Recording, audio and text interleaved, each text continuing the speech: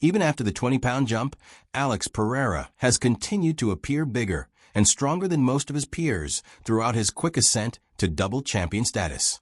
In a recent Instagram video, Pereira shocked fans by revealing his current weight of over 243 pounds.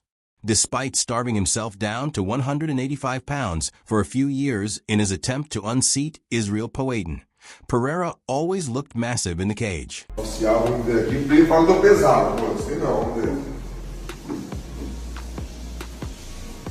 Em quilo dá quanto aqui pra ele?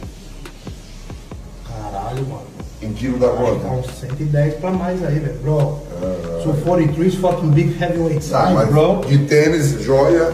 Heavyweight, bro. Tênis, joia. Peso pesado, patrão. Chama.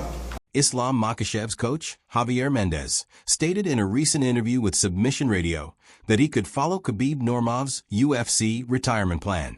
Unexpectedly, Mendez claimed that Makhachev just has 3 more fights left in his MMA career. Close, do you anticipate we see him around for at least another couple of fights?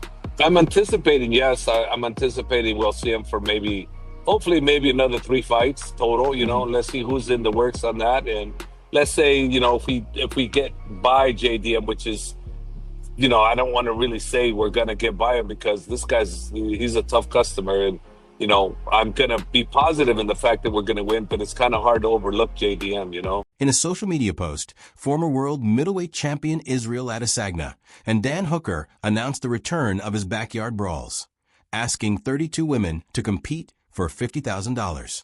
Hooker also invited female fighters to participate in his second 1-minute scrapes event. All right, we're going to let the girls play next. We're going to find out who's the baddest in town. 50K, 1 minute, just as long as it takes to finish your man. You can finish these on the streets, in his backyard. So what I need from you ladies is your name, your weight, and your record. And maybe send me a little video of you doing something illegal so I know I can trust you. But we see ya. Amy Askren has provided an emotional health update on her husband Ben Askren. According to the report from yesterday, Ben is still in critical condition, but there have been some encouraging signs. Pat Mo, a family friend, recently shared that Ben has shown some responsiveness, such as opening his eyes and squeezing his hands. Askren's wife gave the most recent health update on Tuesday, stating that the former MMA fighter is still in limbo and is beginning the lung transplant evaluation procedure.